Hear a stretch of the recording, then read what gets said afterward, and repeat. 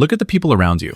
They always seem unsatisfied with their lives, constantly chasing the future while skipping the present. They are always in a rush, always stressed, always under pressure, and always worried about what's coming next.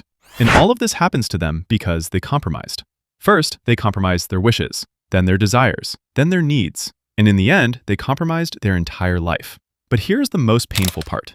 Most of them didn't compromise all at once. It happened slowly. It happened quietly, one small sacrifice at a time, until one day they woke up and realized the life they were living belonged to everyone else's expectations, except their own. But in today's video, we are not talking about these people. We are talking about the exact opposite. We are diving deep into the psychology of people who refuse to compromise, who they are, how they think, what drives them, and why the world both fears and admires them at the same time. They think differently from the start. The first thing you need to understand is that people who don't compromise are not born stubborn. They are born aware. From a very early age, they develop a sharp sense of what they want, and, more importantly, what they are not willing to give up to get it. While most people are conditioned by their environment, by their parents, their school, their society, to fit in and follow the path already laid out for them, these individuals develop what psychologists call a strong internal locus of control. This means they genuinely believe that their life is shaped by their own choices and actions, not by luck, fate, or the approval of others. This is not arrogance, this is clarity. And that clarity becomes the foundation of everything they do. They are natural rebels, but for a reason. According to psychology, these types of people are natural rebels. They push back against society and are not easily made to follow rules and regulations that hold no logical foundation. But here is what most people misunderstand about them. They don't rebel for the sake of rebellion. They rebel because they have asked the question that most people are too afraid to ask. Why? Why should I follow this rule? Why should I take this path? Why should I silence my own vision to make someone else comfortable? For example, think of someone like Steve Jobs. When the corporate world told him to follow the standard business model, he refused. He didn't see the logic in limiting creativity for the sake of convention, and that rebellion gave the world the iPhone. But before the iPhone, before the success, before the world called him a genius, the same world called him difficult, unrealistic, and impossible to work with. That is the price of not compromising. The world labels you before it celebrates you. Their relationship with money is different. In financial terms, these people are generally very aware of their future, but they never let their dreams fade away because of financial pressure. Instead, they choose to work hard and bet on their own potential. While others chase security, these individuals chase alignment. They want their work to reflect who they are, not just pay their bills. For example, consider someone who quits a stable 9-to-5 job to build their own business from scratch.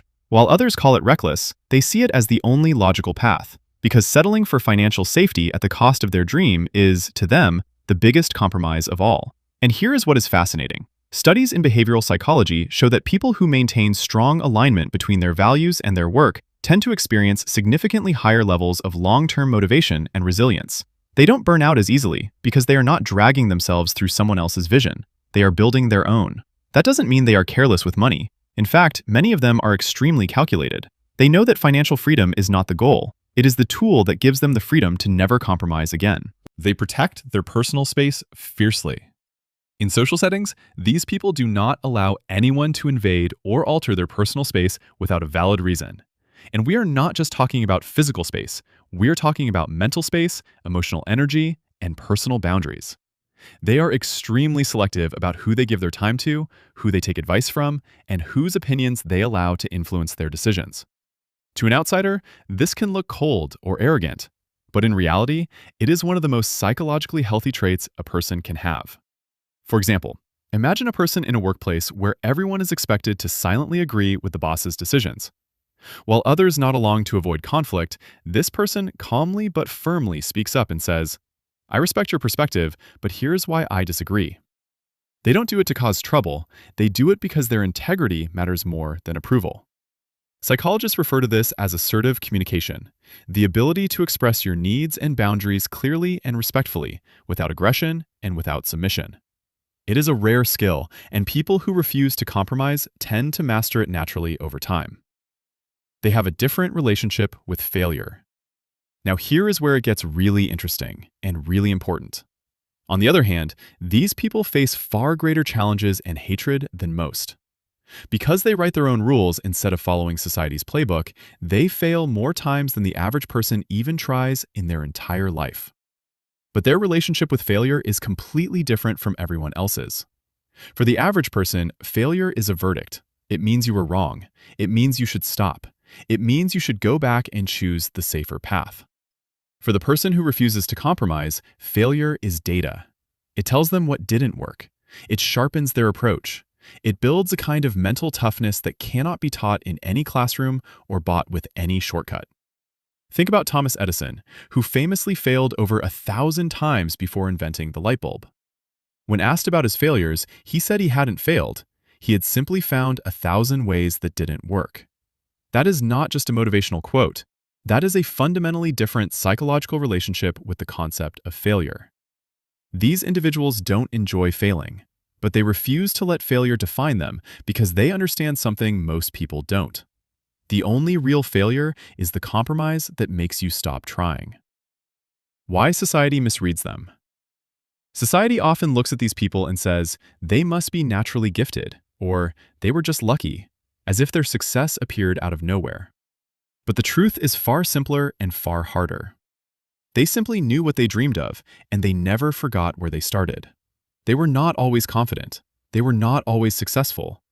There were nights of self-doubt, mornings of exhaustion, and moments where the easier path looked incredibly tempting. But they made a decision, a quiet, personal, unshakable decision, that they would rather struggle in the direction of their truth than be comfortable in the direction of someone else's expectation. And that decision, repeated every single day, is what separates them from the rest. What you can learn from them. So what can we take away from studying these people? You don't have to be a rebel. You don't have to quit your job tomorrow or argue with your boss. But you can ask yourself one honest question today. Where in your life have you been compromising, not out of wisdom or love, but out of fear?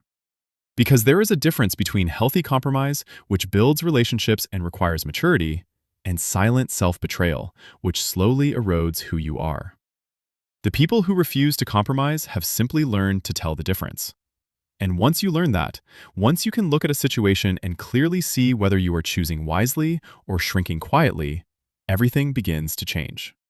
If this video made you think differently about yourself or someone you know, drop a comment below.